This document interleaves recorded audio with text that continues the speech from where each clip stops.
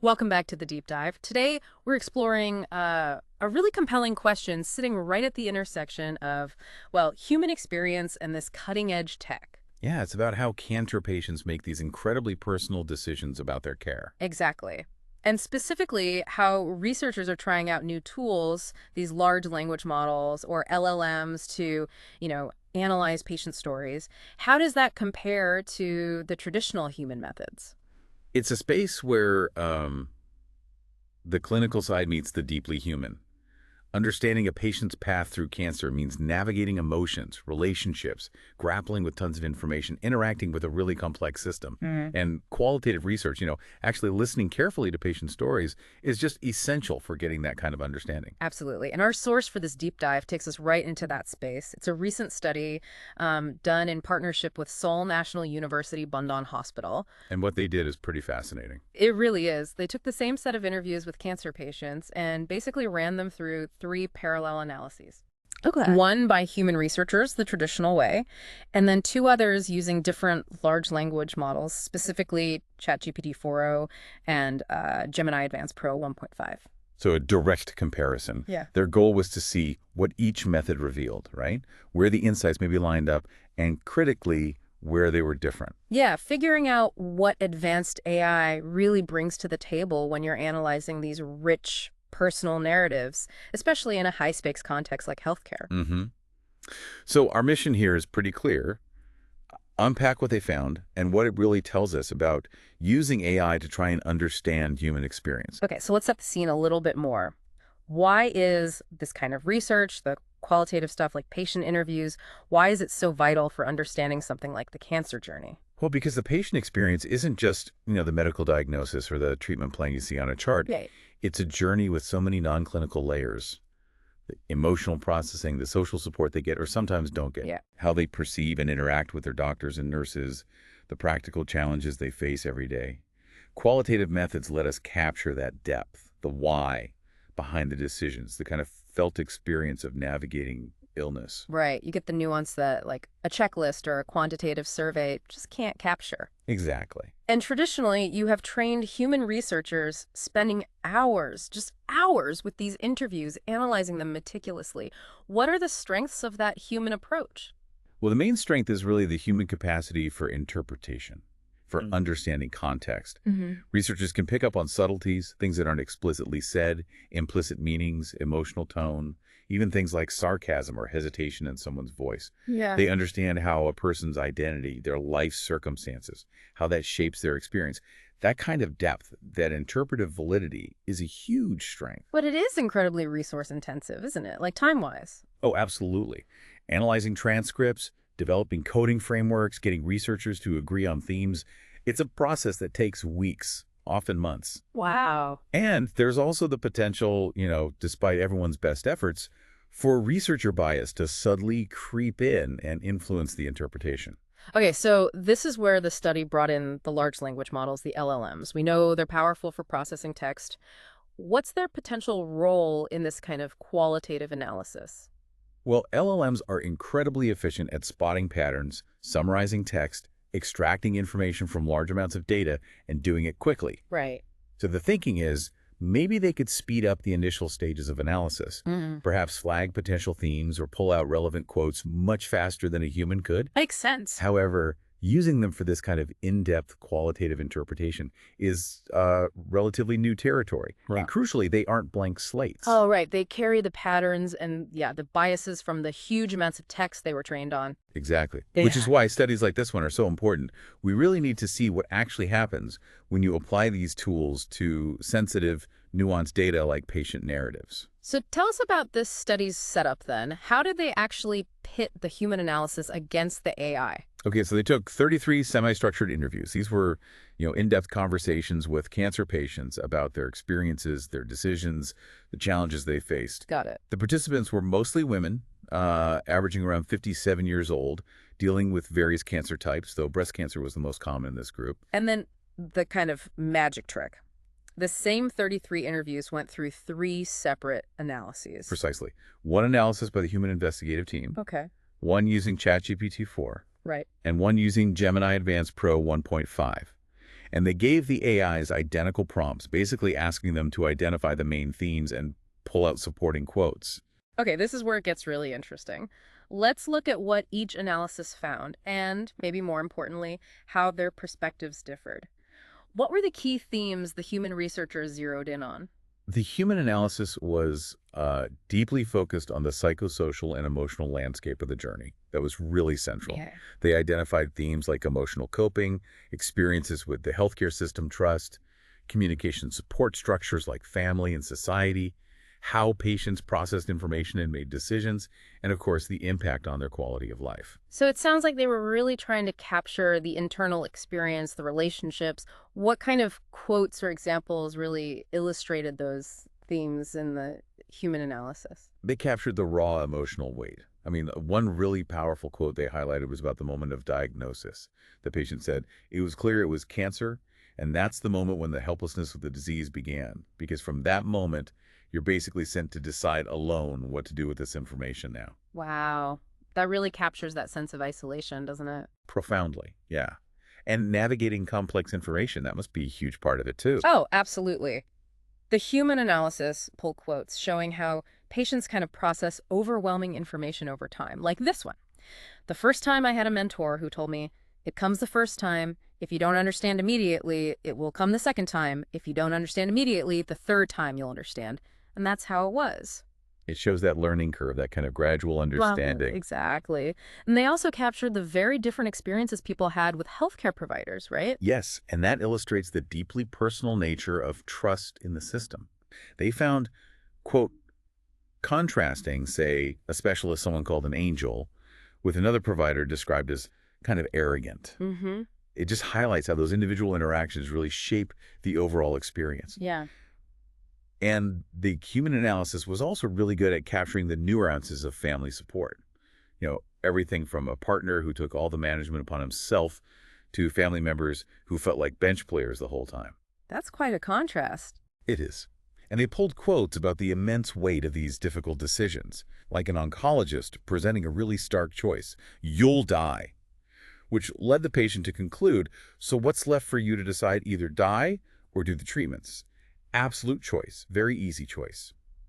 They captured the gravity, the sheer weight of those moments. And they even identified more subtle themes, things that weren't maybe explicitly stated. Exactly. That's a key strength. Yeah. A theme the human analysis uniquely identified was this feeling of being in a liminal state, sort of stuck between sick and healthy, even when someone's in remission. Ah, interesting. That speaks to a level of interpretive depth, right? Yeah. Capturing a complex feeling that's woven through the narrative, not just stated outright. Okay, that gives us a really clear picture of the human approach focused on emotional depth, nuanced interpretation, context. How did the AI analyses compare? Let's start with ChatGPT 4.0. Okay, so ChatGPT 4 also identified themes around emotions, healthcare interactions, information use, family involvement. So there's definitely overlap there. But its analysis tended to emphasize temporal and structural elements more. It specifically identified themes like the journey and diagnosis timeline and decision-making and autonomy in a way that really highlighted the sequential processes. So it was maybe better at mapping the flow of events or procedures. Yes, it seemed effective at pulling out examples of, say, delays in the system or process-oriented issues. It flagged quotes like, "Only on the third visit, a year and a half later," or "It took weeks to start the process." It saw this sort of chronological structure in the narratives. I see. It also picked up on structural patterns, like how people engaged with digital health systems. It highlighted comments like, "Everything was digital, everything I could do through the website." From this perspective, it was very easy technologically. It seemed to have a knack for identifying those systemic interactions. That's a really different lens, isn't it? Less focus maybe on the feeling of waiting and more on the fact of the delay in the timeline itself. That's a good way to put it. What about the other one, Gemini Advanced Pro 1.5? What did it emphasize? Gemini Pro 1.5 seemed to focus on even broader, perhaps more practical aspects of navigating care. It did pick up on the emotional side and the physical impacts, similar to the others. But it notably identified the importance of seeking multiple medical opinions as a distinct theme. Seeking second opinions, that feels very much about navigating the practicalities, Right. right? Getting the right care. It does. Yeah. Gemini highlighted the discrepancies between what patients might expect and the, well, often frustrating reality of the healthcare system. Yeah. A quote it pulled illustrates this well. It's like in the movies.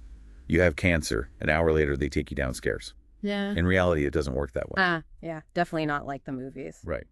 It also picked up on practical challenges like just trying to make an appointment. The problem today is making an appointment. From today to another 6 months. And it saw the influence of social networks on seeking those opinions, highlighting comments like, the family, of course, said, why don't you go to the experts? Okay, so when we look at all three side by side, there's overlap on the big themes like emotions or healthcare interactions, but the kind of insights they pull out and the way they categorize them seem quite different. That's really the core finding. The human analysis dug deep into the emotional weight, the nuances of identity, the implicit meaning in relationships, these complex feelings like being in that liminal state. Right.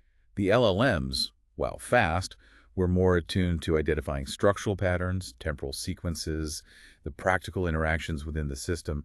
They were looking at the same raw data, but highlighting different dimensions of the patient experience. It's almost like the human is reading the subtext and the emotional truth, Yeah, while the AI is reading the procedural map and the logistical flow. precisely. Think about that theme of communication and information needs again. The human analysis revealed the emotional complexity of receiving information, the uncertainty, the distress maybe from conflicting advice. Mm-hmm. The LLMs were better at identifying the structured behaviors around information, using digital platforms, leveraging social networks for guidance on seeking second opinions.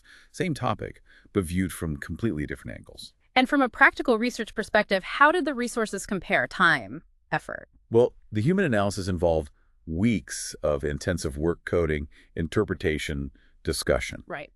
The LLMs generated preliminary themes within days. But, and this is crucial, this wasn't the final output. Human researchers still needed to spend significant time reviewing, refining the prompts they gave the AI, and validating the AI's findings against the original transcripts. So AI offers efficiency gains, especially upfront, but it's not like you just press a button. Not at all. It still requires substantial human time and expertise. Plus, you have the financial costs associated with using the models, subscriptions, and whatnot. Human analysis is primarily that investment of time. So it really does sound like one isn't just replacing the other here. The study strongly supports that idea. LLMs are complementary tools, not substitutes, in this kind of qualitative research. AI can efficiently surface patterns or structural elements across many interviews. Things a human might miss when focused on the narrative depth. Exactly. Things that might be harder for a human analyst focused on deep narrative interpretation to spot quickly across a large data set. Which suggests that maybe a hybrid model is the most powerful approach, combining the strengths. Exactly. Combining AI's speed and pattern recognition with the human researchers' frankly essential ability to understand context, interpret nuance, and exercise ethical judgment. The human in the loop remains absolutely critical. Critical for what exactly? For ensuring the analysis is valid, that it's meaningful, and that it's respectful of the deeply personal nature of the data we're talking about. Okay, so if someone listening is thinking about using LLMs for qualitative research, maybe analyzing interviews or focus groups, what are the key practical takeaways from this study? They offered some specific recommendations, didn't they? Do's and don'ts. They did, yeah. A useful set. The do's are: use LLMs to complement your human analysis, especially if you're looking for themes related to processes, structure, or timelines. Okay. Always keep human researchers involved to validate, interpret, and refine whatever the AI spits out. Makes sense. And spend time refining your prompts, the instructions you give the AI. The better you guide it, the more relevant its output is likely to be. Right. Garbage in, garbage out, basically. And the don'ts. Don't rely solely on the AI's output without meticulously checking the quotes and themes against the original source material. That's vital. Okay. Don't assume the LLM can accurately interpret implicit emotional stuff, identity-related themes, or highly contextual nuances all by itself that's still firmly in the human domain. Right. And avoid using generic, one-size-fits-all prompts. You really need to tailor them specifically to your research questions and your particular data set. It makes sense that guidance and validation are just key. Were there any specific nuances or limitations the study itself pointed out that are worth noting for, context? Yes, a few important ones. They used what's called the zero-shot prompting approach. That means they gave the AIs instructions, but no specific examples of the kind of themes or quotes they were looking for. Providing a few good examples, few-shot prompting might have actually improved the AI's performance. Interesting. They also noted inconsistencies between the two different LLMs in how they categorize similar findings. which just highlights that even AI analysis isn't some single objective truth. It still requires careful human review and judgment. And what about the concern that AI might just make stuff up, fabricate quotes? Yeah, that's a general concern with generative AI for sure. The researchers here manually cross-checked quotes specifically to mitigate that risk, and it's something anyone using these tools in research absolutely must be vigilant about. Good point. And of course, they mentioned limitations inherent in the study itself, like the potential for recall bias in patient interviews, people remembering things differently over time, or the fact that the sample size, while decent, might not fully capture the vast diversity of all cancer experiences.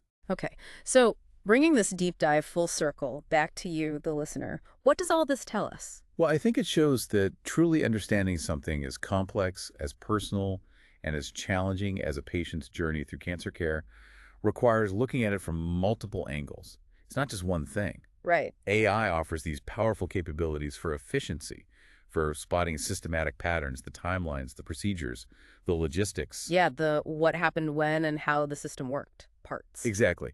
But the human researcher remains absolutely essential for capturing the emotional weight, the nuances of trust, that feeling of being in between states of health, the sheer gravity of life-altering decisions. It's like AI can help map the terrain, Yeah. but human understanding is needed to really feel the emotional geography of that terrain. That's a great way to put it. The core takeaway is pretty clear. While AI brings incredible efficiency and this ability to identify structural and temporal patterns in qualitative data, the human investigator's irreplaceable role lies in interpreting that emotional depth, the contextual meaning, the identity aspects. So the most complete understanding likely comes from a really thoughtful integration of AI's strengths with that essential human expertise. Absolutely. Which leaves us with this final thought. Given these distinct yet valuable insights provided by both AI's systematic view and the humor's emotional depth, how can we best integrate these approaches? How do we use them together to accelerate vital research into patient experiences, making sure we not only process information efficiently, but also fully capture and truly honor the profound human stories that are really at the heart of healthcare? That's the big question going forward, isn't it? Yeah. Something important to consider. Thanks for joining us for this deep dive.